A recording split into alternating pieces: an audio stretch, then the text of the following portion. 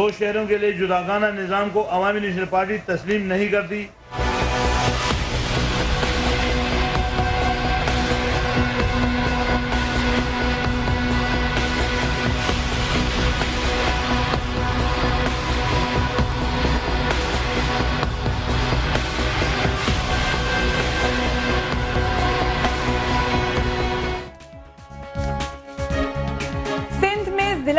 के खात्मे और एक माह बाद दोबारा निफाज के अमल ने हुक्मरान जमात पाकिस्तान पीपल्स पार्टी को सख्त तरीन इम्तिहान में डाल दिया है।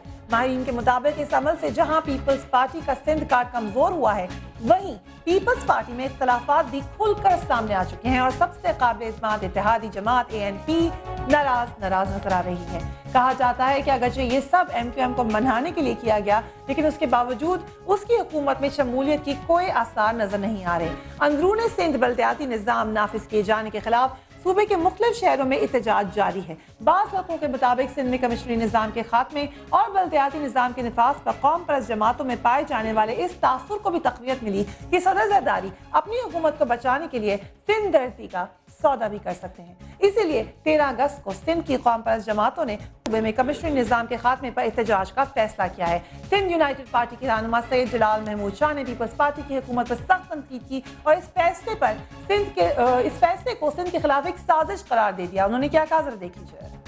मौजूदा पीपल्स पार्टी की क़यादत और उनके कुछ इत्तेहादियों की ये एक डिस्क्रिमिनेटरी लोकल गवर्नमेंट का एक सिस्टम बनाया गया था, जो हमारी कौमी वहदत के तशख़्ख़ुस को मिटाने की में एक हिस्सेदार थी चीज़, उसको हम कभी भी नहीं मानते। जबकि ANP ने सिंध की कौम परस्त जमातों को अपने मुकम्मल ताउन का यकीन दिलाया है। ANP सिंध के रहनुमा शाही सैयद ने कौम परस्त जमातों की तरफ से 13 अगस्त को होने वाले एहतजाज और हड़ताल में भरपूर साथ देने का ऐलान किया है। वो क्या फरमाते हैं, वो भी देख लीजिए। इस वक्त अल्लाह के फजल से जो इनके मफादात या मकासद वो हमारे हैं, जो हमारे हैं वो इनके। आज भी इन्होंने हमें अपने जो इनकी हफ्ते के दिन वाली स्थाई की काल की और जो आइंदा के लिए भी ये जो हालात खासकर सिंध में है, कभी दो तरफा निज़ाम, वैसे भी यहाँ पे जो पहले मुशर्रफ के दौर में, आमिर के दौर में जितने भी इक़दाम हुए, तो वो मैं ही समझता हूँ कि सिंध में बसने वाले सिंधियों के फेवर में नहीं थे।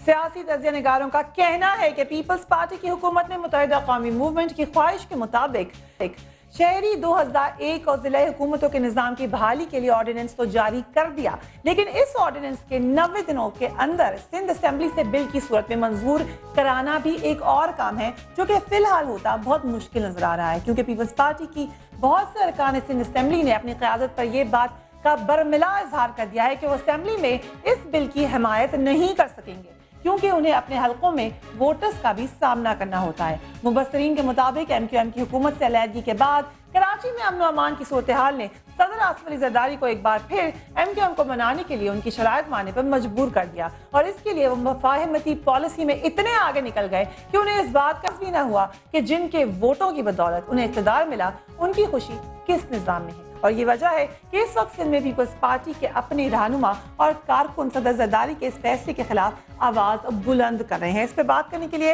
अ very warm welcome to doctor Ayatullah Durrani sahab, former state minister for industries and production, और हमें ज्वाइन कर रहे हैं शाही सैयद साहब, ANP के सदर हैं सिंध में और आज भी एक प्रेस कॉन्फ्रेंस कर चुके हैं।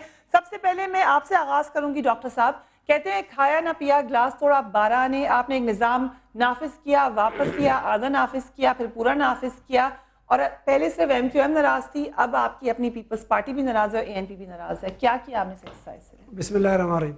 आपने शुरू में कहा था कि पीपल्स पार्टी के लिए एक और इम्तिहान, पहले हमारा एनुअल इम्तिहान होता था। नहीं, आवाम के लिए इम्तिहान है डॉक्टर साहब, मैंने गलत कह दिया। हो सकता है क्या मेरे अल्फाज और उसमें बीच में आपको सोचना पड़ेगा। देखिए, हमारे सेमेस्टर सिस्टम चल रहा है, एक एनुअल सिस्टम चल रहा है। हमारे पीपल्स पार्टी का गुज़श्ता 3.5 साल से हमें पेपर देने में सेमेस्टर सिस्टम चल रहा है, तो हम उस पर इंशाल्लाह अल्लाह के फज़ल करम से हर चीज़ में सबको साथ लेके चल रहे हैं और हर एक की मान रहे हैं।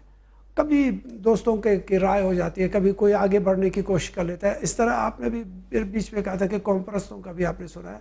देखिए, कॉम परस्त भी एक हकीकत है, पाकिस्तान में रहते हैं आज बड़ी मुद्दत से बिल्कुल खामोश पड़े हुए थे। और पीपल्स पार्टी एक ऐसी जमात है कि जिसने उनको रास्ता दे दिया। अब उनको सबको हमारा शुक्रगुजार होना चाहिए कि आज उनके लिए हम लोगों ने कोई रास्ते ऐसे खोला। ये बात तो आप एक लाइटर साइड कह रहे हैं ना, संजीदगी से अगर आप सूरत-ए-हाल को देखें हमें तो पहले आप मुत्तहिदा कौमी मूवमेंट को मना रहे थे, अब आपको एएनपी को भी मनाना है, आपको और जो लोग नाराज हो गए खुद अपनी पार्टी के नाराज लोगों को भी मनाना ये है। हमारे भाई हैं, एएनपी के हमारे भाई हैं, उन्होंने मुल्क की मफाद के खातिर हमारे साथ चल रहा है। एएनपी वाहिद जमात है कि जिसको हमें यकीन है कि वो इस धरती के मुतालिक हमेशा उसको सोचना पड़ता है और वो हमारे साथ हर मशवरे में शामिल होता है। आप कल असेंबली में थे? मैं हर ज़फ़र अली शाह साहब को सुना आपने? जी बिल्कुल मैं सुना है। उन्होंने कहा बिक गई है पीपल्स पार्टी। कोई ऐसी बात नहीं है। साथियों के जज्बात को बिल्कुल एहसासात को हमने आज़ाद रखा हुआ है। हमने किसी को ऐसे पाबंद नहीं किया हुआ है कि आप लोग समझते ये हैं कि शायद डिक्टेटर का ज़माना है। ये जमहूरी ज़माना है, पीपल्स पार्टी का ज़माना है। हम तो चाह रहे हैं हर एक को हम सुन रहे हैं। इसीलिए तो हमने हमारा कारकुन, हमारा एक MNA अगर अपनी राय का इजहार पूरी कौम और पूरी दुनिया के सामने कर रहा है, आपको उसको सोचना चाहिए। तो ठीक है, यानी आपको फिक्र नहीं है अभी इस वक्त, आप लोग सुकून से हैं अभी भी? हम बिल्कुल सब सुकून से, कोई मसला नहीं। ठीक है, शाहिद सैयद साहब से पूछती हूं तो उनको यकीनन फिक्र है। शाहिद सैयद साहब, फिर आपने प्रेस कॉन्फ्रेंस की, भरपूर सपोर्ट दे रहे हैं आप खास जमातों को, क्या वजह हुई कि आप दूसरी तरफ जाके बैठने का सोच रहे हैं?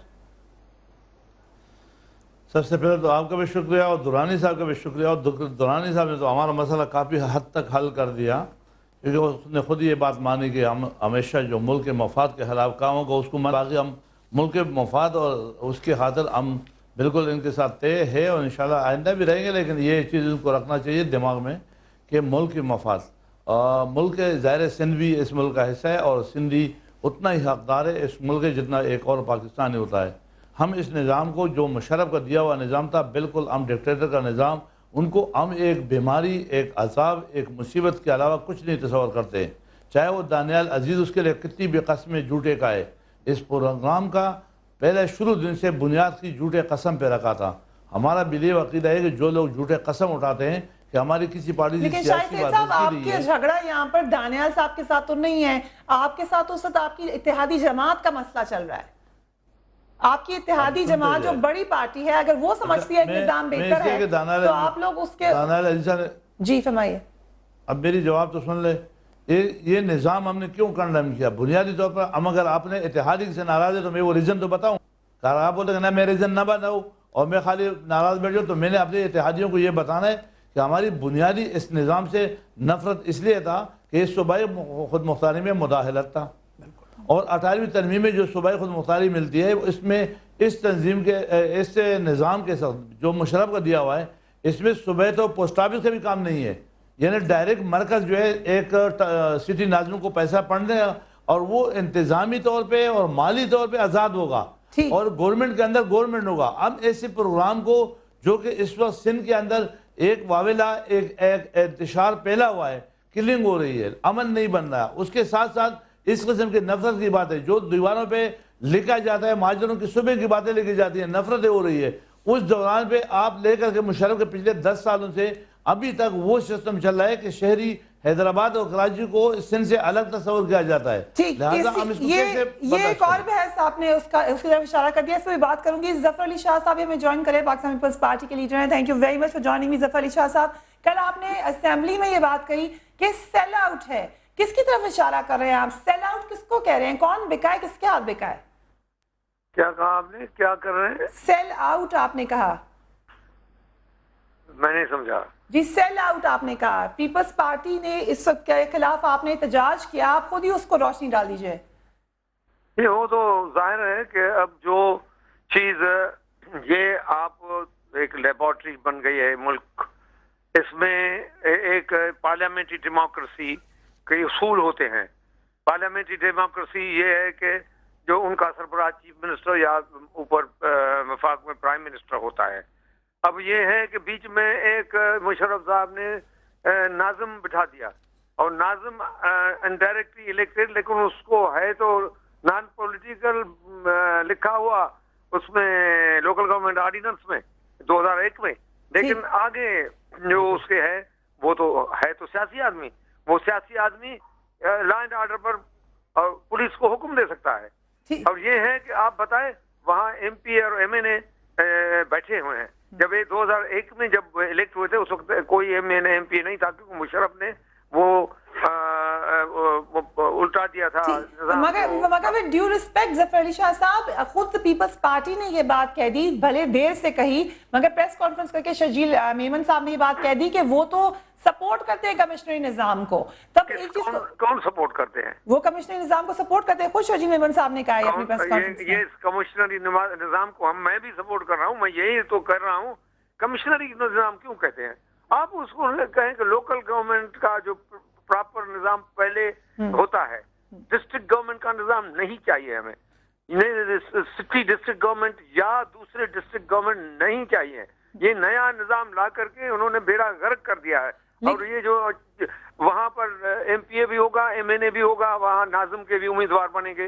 वो नाजिम जो होगा वो कौन से पार्टी से ताल्लुक रखेगा? 2, 4, 10 आदमी खड़े हो जाएंगे।